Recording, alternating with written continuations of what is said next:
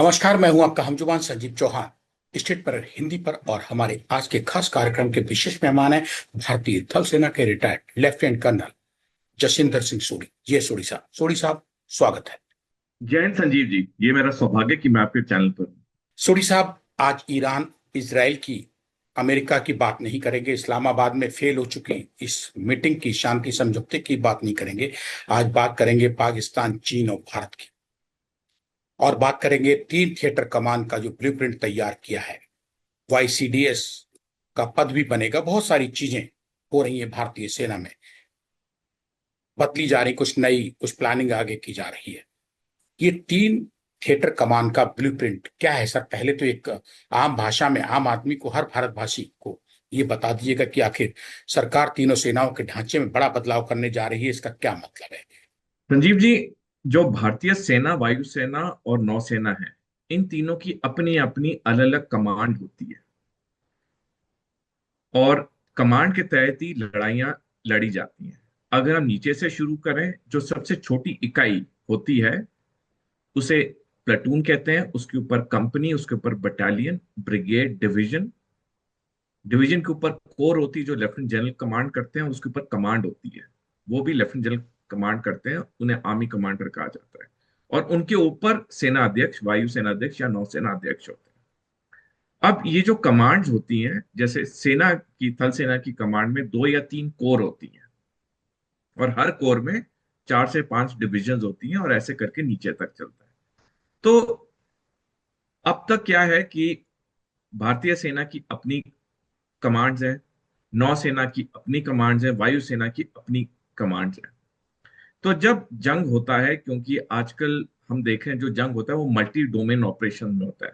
आजकल जंग सिर्फ थल, वायु और जल तक सीमित नहीं रह गया। आजकल उसमें साइबर आ गया, स्पेस आ गया, इलेक्ट्रोमैग्नेटिक स्पेक्ट्रम वॉरफेयर आ गई है, जिसके बारे में मैं पहले भी आपके कई शो पे डिस्कस कर चुका हूँ।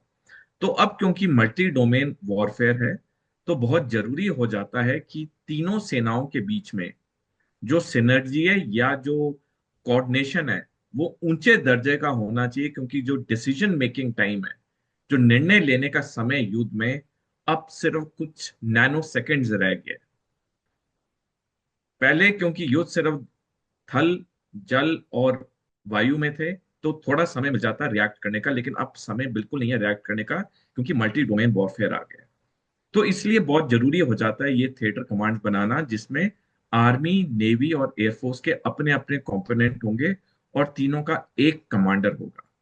अगर मैं और डिटेल में एक्सप्लेन करना चाहूं, अभी हमने देखा ईरान में जो युद्ध चल रहा है, जिसका युद्ध विराम आजकल चल रहा है, ईरान ने अपनी आईआरजीसी को, अपनी सेना को 31 प्रोविजनल कमांड में बांटा। एक राजधानी तेहरान के लिए और बाकी 30, तेहरान के हर 30 सूबे के लिए एक एक। और इनको निर्देश थे कि जब ईरान पे पूर्ण युद्ध होगा अमेरिका और इसराइल से, तो ये जो 31 कमांड है, ये राजधानी से, आर्मी हेडक्वार्टर से निर्णय का वेट नहीं करेंगे, ये अपने आप जवाब देंगे जहां जहां पे जो जो उनका इलाका है। तो इसी को अगर हम बड़े स्टेज पे लेके जाएं, तो ये जो तीन थिएटर कमांड का अभी प्रपोजल है, जो सीडीएस ने कहा है कि रक्षा मंत्रालय को सौंप दिया गया है, और जो आंकलन है कि कुछ हफ्ते में ही वो ऑफिशियली अप्रूव भी हो जाएगा। तो जितनी ये भारतीय सेना, नौसेना, वायुसेना की अलग अलग कमांड्स हैं, सबको जोड़ के अब तीन थिएटर कमांड बनाई जाएंगी। एक होगी वेस्टर्न थिएटर कमांड, जो कि पाकिस्तान की तरफ देखेगी, जो जयपुर में जिसका हेडक्वार्टर होगा, और इसे एयरफोर्स के ऑफिसर इसके थिएटर कमांडर होंगे। दूसरी कमांड होगी नदन कमांड, जिसका मुख्यालय लखनऊ में होगा, और इस थिएटर कमांड के जो सबसे सीनियर अधिकारी होंगे वो होंगे आर्मी से। और तीसरी होगी मैरीटाइम कमांड, जो कि नेवल ऑफिसर उसको कमांड करेंगे, और उसका जो इलाका होगा हमारा जो समुद्री तट है और आगे इंडियन ओशियन। और इन इन तीनों के ऊपर एक vice chief of defence staff की अपॉइंटमेंट की बातचीत चल रही है, और vice chief of defence staff के ऊपर चीफ ऑफ डिफेंस स्टाफ होंगे। आजकल की तारीख में सीडीएस हम सबको पता है, जनरल अनिल चौहान। तो जहां तक भारतीय थल सेना, वायुसेना और नौसेना अध्यक्ष की बात है, वो तो रहेंगे ही रहेंगे, लेकिन उनका जो रोल होगा उनका रोल होगा ट्रेनिंग और एडमिनिस्ट्रेशन। जो लड़ाई या ऑपरेशन का रोल होगा वो थिएटर कमांड, जो उसका थिएटर कमांडर है, पूरी जिम्मेवारी उसकी होगी। तो ये बेसिकली ये प्लानिंग है थिएटर कमांड्स की, ताकि जब युद्ध हो, क्योंकि हम पे अब 2 फ्रंट या 3.5 फ्रंट वॉर का अब हमारे पे बादल मंडरा रहे हैं। जैसे मैंने कई बार आपकी शो पे कहा है कि बांग्लादेश बेशक सैनिक तौर पे मोर्चा खोले ना खोले, लेकिन हम उसकी सैनिक तैयारी करनी होगी। चीन पाकिस्तान तो हमारे कट्टर दुश्मन नहीं है, उनसे तो हमें युद्ध के अलावा तो और कुछ हम एक्सपेक्ट कर ही नहीं सकते। तो ये जो 3 थिएटर कमांड बनाए जा रहे हैं, इसका एम है कि जो हमने दुश्मनों को जवाब देना है उसमें डिसीजन मेकिंग में देरी ना हो। जो भी फायर पावर, जो भी ताकत सेना, नौसेना और वायुसेना की है, उसे इकट्ठे एक कमांडर के नीचे किया जाए, ताकि उसमें समय ना बर्बाद हो डिसीजन लेने में। रोडी साहब, बात तो आपने बहुत कांटे की पते की और बिल्कुल आम भाषा में समझाई, ये हर भारतवासी समझ सकता है। और जहां तक लखनऊ में जिसका हेडक्वार्टर होगा, जिस थिएटर का, नॉर्दर्न थिएटर जो है, वो चीन से मुकाबले के लिए तैयार की जा रही है। अगर मेरी जानकारी गलत नहीं है तो आप क्या सहमति जताएंगे इस पे? बिल्कुल, बिल्कुल। जो नदन कमांड है जिसका हेडक्वार्टर लखनऊ में होगा, वो बेसिकली चीन को निपटने के लिए। ये डिपार्टमेंट ऑफ मिलिट्री अफेयर्स ने पिछले काफी टाइम से इस पे माथापच्ची चल रही थी, 3 थिएटर ब्लूप्रिंट बेस पे। अब अचानक जब मिडिल ईस्ट, वेस्ट एशिया बुरी तरीके से जल रहा है जंग में, तब अचानक इस चीज को भारत को याद आई है, भारत की हुकूमत को। इसके पीछे क्या ईरान, अमेरिका, इजराइल, जो जंग में सामने सब कुछ देखा है भारत ने, उसको देख के एकदम इंप्लीमेंट करने की कोशिश की गई है, या ये रूटीन में ही है? क्योंकि ये ऐसे दौर में आया है जब दुनिया को ईरान हिलाए पड़ा है। वो कुछ नजर में रखा है क्या भारत ने? उससे कोई ताल्लुक, वास्ता, रिश्ता है? 1999 में जब कारगिल युद्ध हुआ था पाकिस्तान के साथ, तो उसके बाद कारगिल युद्ध हुआ था मई से लेके जुलाई तक 1999 में। और उसके बाद सितंबर में कारगिल रिव्यू कमेटी का गठन किया गया था, कि ये बताने के लिए क्या क्या हमें चेंजेस लाने चाहिए हमारी डिफेंस फोर्सेस में। तो कारगिल कमेटी ने 2 बड़े पॉइंट दिए थे। एक था कि चीफ ऑफ डिफेंस स्टाफ की अपॉइंटमेंट होनी चाहिए, और दूसरा उन्होंने थिएटर कमांड के बारे में बातचीत की थी। तो चीफ ऑफ डिफेंस स्टाफ, हमने देखा जो पहले हमारे चीफ ऑफ डिफेंस स्टाफ थे जनरल बिपिन रावत, जो कि 1 जनवरी 2020 से वो भारत के पहले सीडीएस बने। और फिर उनके बाद जनरल अनिल चौहान अब भारत के दूसरे सीडीएस हैं। 2016 में lieutenant general dB Shekatkar committee का गठन हुआ, जो कि रिटायर्ड सीनियर आर्मी ऑफिसर है। और जनरल शेकतकर कमेटी रिपोर्ट के तहत थिएटर कमांड की पूरी बातचीत हुई कि थिएटर कमांड अब अनिवार्य क्यों है। तो ये कार्रवाई तो 1999 से चल रही, कारगिल युद्ध के बाद। और ये जो थिएटर कमांड की बात है, ये पहले ही हो जाना था, लेकिन वो दुखद घटना आपको याद होगी कि जनरल बिपिन रावत का हेलीकॉप्टर कुन्नूर के पास क्रैश हो गया था, और जिसमें उनका देहांत हुआ। तो उसकी वजह से ये प्रक्रिया में थोड़ा सा डिले आ गया। और जब जनरल अनिल चौहान अपॉइंट हुए, तो उसके बाद फिर उन्होंने इस प्रक्रिया को शुरू किया। इसमें एक पॉइंट, बड़ा पेचीदा पॉइंट या स्टिकिंग पॉइंट हो रहा था, जिससे कि सेना, नौसेना और वायुसेना एक एग्रीमेंट पे नहीं आ रहे थे। अब एयरफोर्स का पॉइंट था कि हमारे पास एज इट इज लड़ाकू विमान बहुत कम है, और अगर हम उनको थिएटर में बांट देंगे तो कल हमारे लिए मुश्किल हो सकती है, अगर हमने एक थिएटर से दूसरे थिएटर में मूव करना है। तो उस पे अब सहमति बन चुकी है, जो मैं मीडिया खबरें पढ़ रहा था, और ये डिसाइड हुआ है कि जो एयरफोर्स के लड़ाकू विमान होंगे वो सेंट्रलाइज्ड एयर हेडक्वार्टर्स के नीचे होंगे। जहां जहां पे जरूरत होगी एयर हेडक्वार्टर्स वहां भेजता रहेगा। बाकी जो मुद्दे थे वो सारे रिजॉल्व हो गए हैं। जैसे मैंने कहा, लड़ाकू विमानों के बंटवारे का एक बड़ा मुद्दा था, वो भी रिजॉल्व हो गया है। तो अब जनरल अनिल चौहान ने कुछ दिन पहले ही बयान दिया है कि पूरी थिएटर कमांड की रिपोर्ट बन गई है, और रक्षा मंत्री जी को सौंप दी जाएगी, और फिर केंद्रीय सरकार निर्णय लेगी। जो मेरे को लग रहा है कि बहुत जल्द ये निर्णय आ जाएगा, क्योंकि आपने सही कहा कि ये जो ईरान युद्ध हुआ है, और जैसे मैंने शुरू में कहा, जिस तरह से ईरान ने अपनी सेना को 31 कमांड में बांटा और सबको इंडिपेंडेंट आदेश थे काम करने के, तो ये भी एक फैक्टर हो सकता है हमारे ये जो रिपोर्ट को तीव्र गति में पिछले कुछ महीनों से सौंपने का और फिर इस पे निर्णय आने का। डेफिनेटली देखिए, कोई भी युद्ध होता है दुनिया में, उससे दूसरी देश की सेनाएं सबक और सीख लेती हैं, क्योंकि युद्ध कहीं पे भी सेम नहीं होगा।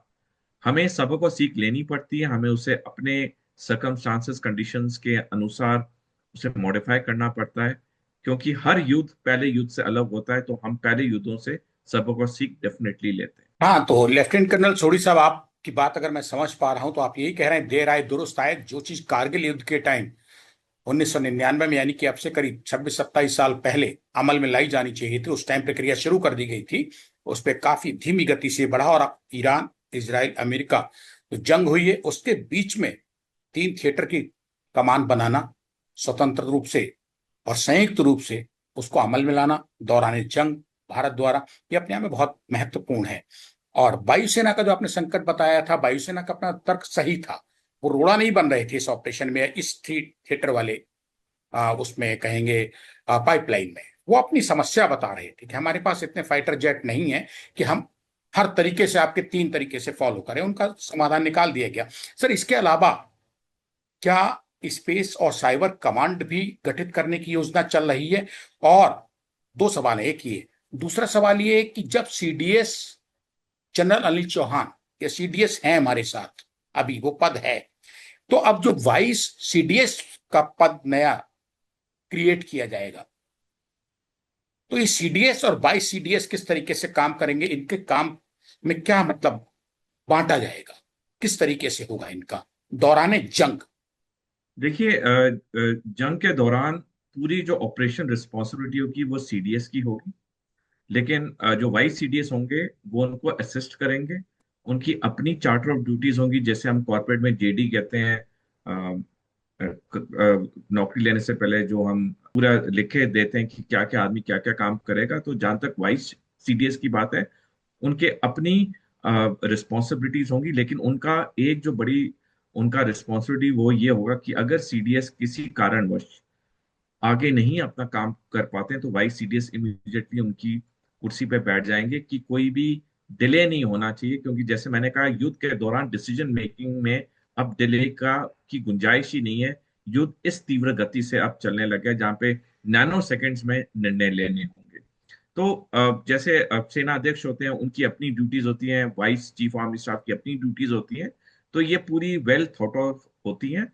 हाँ, तो मतलब मैं समझ पा रहा हूं आपसे, आप जो कहना चाह रहे हैं कि सबके लेके एक चीज है सर, आप क्लियर कट ये बांट दिया जाएगा कि प्रशासनिक व्यवस्था भारतीय फौजों की, तीनों की, एयरफोर्स, नौसेना और थल सेना, प्रशासनिक व्यवस्था, कार्यालयी कामकाज वो अलग होगा, और ऑपरेशनल दौरान जंग, इमरजेंसी, आपात स्थिति में जो होगा उसके लिए 3 फेज तैयार किए गए अलग अलग। नॉर्दर्न थिएटर कमान, जिसका की फोकस होगा चीन और हेडक्वार्टर होगा लखनऊ। ऑपरेशनल एरिया इसका होगा लद्दाख से अरुणाचल तक, एलएसी पर, वहां पे। जहां तक वेस्टर्न थिएटर कमान की बात है, तो मैं दर्शकों को बताना चाहूंगा, जो भी स्टेट में हिंदी के सब्सक्राइबर्स, व्यूवर्स जुड़े हैं, कि वेस्टर्न थिएटर कमान जो है वो फोकस करेगा पाकिस्तान को। इसका हेडक्वार्टर जयपुर होगा। ऑपरेशनल एरिया होगा इसका राजस्थान से पंजाब, जम्मू कश्मीर तक, एलओसी और इंटरनेशनल बॉर्डर पे। और जहां तक मैरीटाइम थिएटर कमान है, फोकस समुद्री सुरक्षा, मुख्यालय तिरुवनंतपुरम होगा इसका। ऑपरेशनल एरिया जो है वो अरब सागर, बंगाल की खाड़ी, हिंद महासागरीय क्षेत्र होगा। जो लोग अगर नहीं समझ पा रहे हैं, तो फिर आम भाषा में समझाना चाहूंगा। लेफ्टिनेंट कर्नल सोढ़ी के माध्यम से ही मैंने ये समझा है कि आप, अगर भारत जंग की स्थिति में आता है, अपनी सुरक्षा, अपनी हदों की रक्षा के लिए जरूरत पड़ती है, तो उसको सीधे दिल्ली बात नहीं करनी है। अब ये जो 3 थिएटर कमान बनाए जा रहे हैं, ये अपने आप कोई भी फैसला ले सकते हैं जवाब देने का दुश्मन के लिए, जिससे वक्त बचेगा और जवाब जल्दी से जल्दी दिया जा सकेगा। और ईरान ये अपने हक कर चुका है। 30 स्टेट्स में 30 जगह उन्होंने कमांड ऑफिसर बनाए हैं कि आपको अगर दुश्मन को जवाब देना है, आपको राजधानी में फोन करके नहीं पूछना है, रक्षा मंत्रालय में फोन करके नहीं पूछना है। सोटी साहब, मैंने ये सब चीजें बताई दर्शकों को कि जो हमें आपको सुनना है, कम से कम वो समझ जाए कि हम बात किस पे कर रहे हैं। क्या मैं समझाने में कामयाब रहा? अगर नहीं, और आपको कहीं लगता है कि मैं कोई चूक चूक कर रहा हूं, छोड़ रहा हूं कोई चीज दर्शकों की नजर से, तो आप उसको प्लीज ब्रीफ कर दें। जी जी, आपने बड़ी अच्छी तरह पूरी चीजें समझाई हैं। जो कमांड्स हैं, उनके हेडक्वार्टर्स क्या होंगे, उनके रोल क्या होंगे, बहुत आपने डिटेल में समझाया। तो मुझे उम्मीद है कि दर्शकों को ये चीज समझ आ गई होगी कि ये जो हमारे 3 नए थिएटर कमांड बनने का प्रस्ताव है, वो भारत के किन किन इलाकों को कवर करेंगे और उनके मुख्यालय कहाँ कहाँ पे होंगे। थोड़ी सा देश को defence geospatial agency, data, drone, cognitive warfare, action force वगैरह सब मिल जाएंगी। हम कितने ताकतवर हो जाएंगे उस स्थिति में, जब भारत की वायुसेना जंगी जहाज, फाइटर जेट पाने के लिए फड़फड़ा रही है लंबे समय से। ना हम बना पा रहे हैं और ना हम विदेश से मंगा पा रहे हैं। संजीव जी देखिए, 7 अगस्त 2023 को जनरल मनोज नरावने, जो कि भारतीय थल सेना के 28वें सेनाध्यक्ष थे, उन्होंने द प्रिंट में लेख लिखा था कि भारत पे अगर टू फ्रंट वॉर होता है तो भारत के लिए दिक्कत पैदा होगी। जो शब्द उन्होंने लेख में लिखा है, वो मैं कहीं इस्तेमाल नहीं करता। दर्शक जब वो लेख पढ़ेंगे उन्हें समझ आ जाएगा। तो उन्होंने कहा था कि दिक्कत होगी भारत के लिए टू फ्रंट वॉर की। लेकिन बहुत कुछ बदल चुका है पिछले 3 साल में, जब से ये लेख लिखा गया था। और 2 बड़ी चीजें जो बदली हैं वो है ऑपरेशन सिंदूर, जिस तरह से हमने पाकिस्तान को हराया, जबकि पाकिस्तान को पूरी मदद इंटेलिजेंस, सर्वेलेंस और रिकॉनेंस की मदद चीन कर रहा था, जो हमारे deputy chief army staff general Rahul R Singh ने पिछले साल 4 जुलाई को बयान में भी कहा। और दूसरी चीज है ईरान युद्ध। ईरान से देशों को बहुत सबक और सीख मिली है, खासकर उन देशों को जिन पे युद्ध के बादल मंडरा रहे हैं। ईरान ने पूरी दुनिया को कुछ चीजें सिखाई।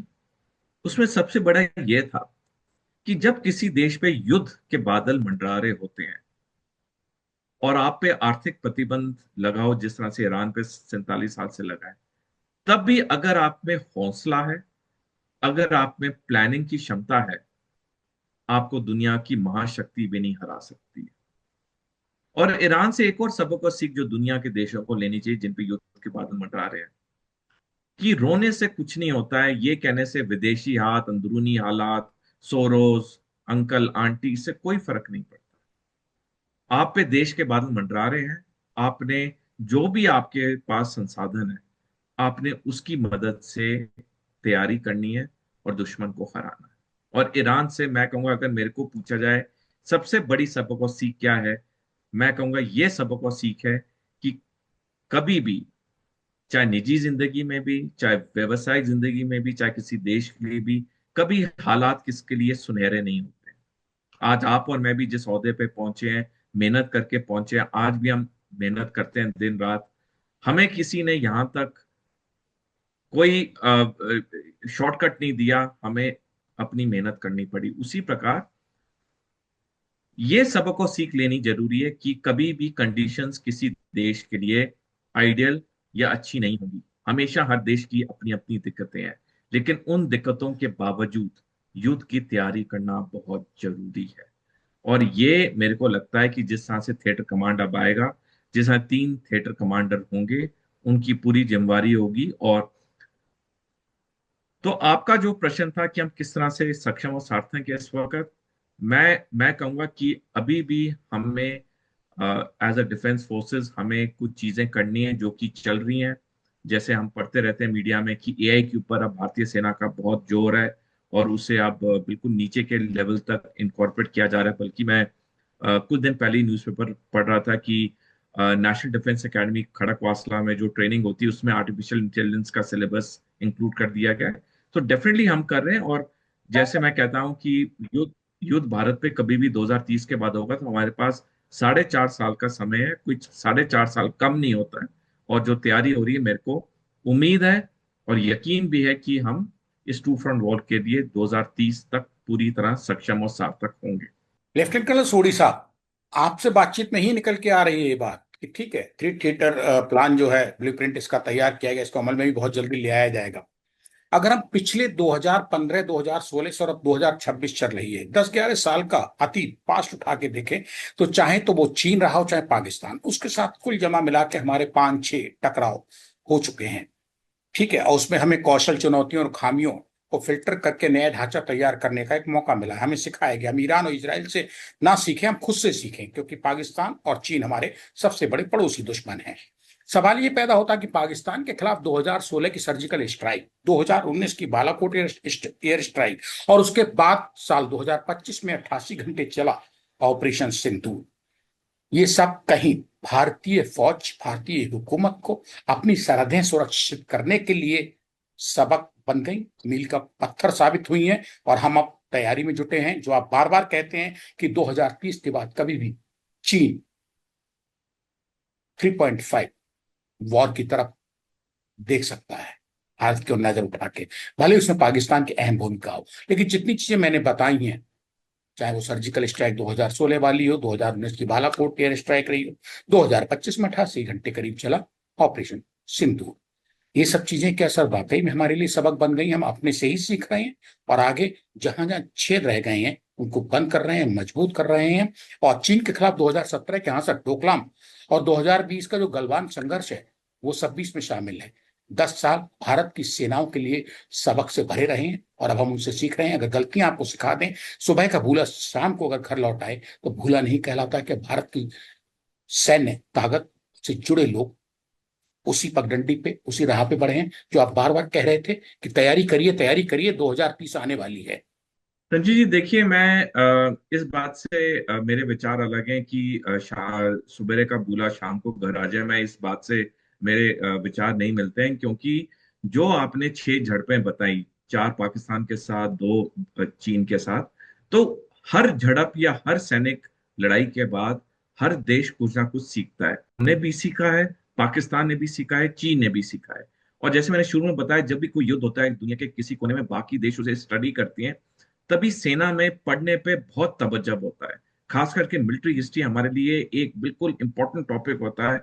हर एग्जाम में, हर कोर्स में मिलिट्री हिस्ट्री होती है, क्योंकि जब तक हम मिलिट्री हिस्ट्री से नहीं सीखेंगे, नहीं पढ़ेंगे, हम आगे की चीजों का प्लानिंग ठीक नहीं कर पाएंगे। तो चाहे बालाकोट हुआ, चाहे उरी हुआ, और चाहे सिंदूर हुआ, चाहे गलवान हुआ, चाहे डोकलाम हुआ, इन सारी झड़पों से हमने कुछ सीखा ही सीखा है, क्योंकि इन झड़पों के लिए कोई प्लानिंग तो करता नहीं है। जब जब ये चीजें होती हैं वो अचानक होती हैं, और जब अचानक होती हैं तो एक बड़ी प्रसिद्ध कहावत है कि आपके प्लान्स तब तक सक्रिय होते हैं जब तक पहली गोली नहीं चलती है। क्योंकि कभी भी कोई दुश्मन को एंटिसिपेट कर ही नहीं सकता है 100% सही तरीके से।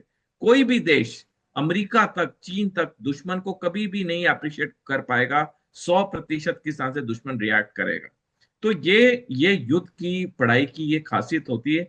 हमें हर चीज की प्लानिंग करनी पड़ती है, और बेशक हम 10 ऑप्शन के बारे में प्लान करें, दुश्मन हमें सरप्राइज कर सकता है 11वें ऑप्शन के साथ। तो हमें ये जो 5 हमारी मुठभेड़ हुई है पिछले 10 साल में पाकिस्तान चीन के साथ, हमने उससे बहुत सीखा है, उसमें हम चेंजेस लाए हैं।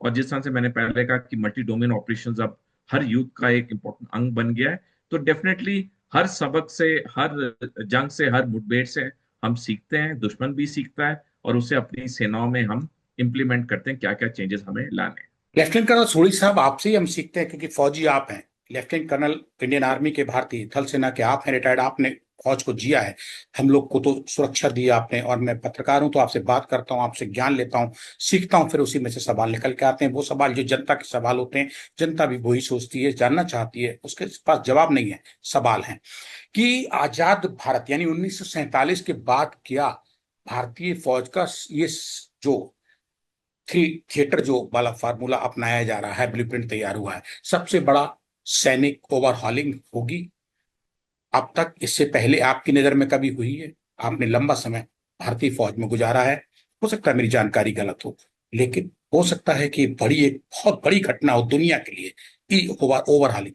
भारतीय तीनों सेनाओं की। संजीव जी, इसमें कोई शक नहीं है, 1947 से लेकर आज तक ये थिएटर कमांड का बनना भारतीय सेना, वायुसेना, नौसेना में सबसे बड़ा ऑपरेशनल चेंज होगा। इतने बड़े तादाद में कभी चेंजेस नहीं हुए हैं। अगर हम 1947 से देखें, हमारे कमांड्स पहले थे, फिर एक दो और कमांड ऐड हुए, जो बड़े कमांड थे उन्हें बांटा गया दो दो हिस्सों में।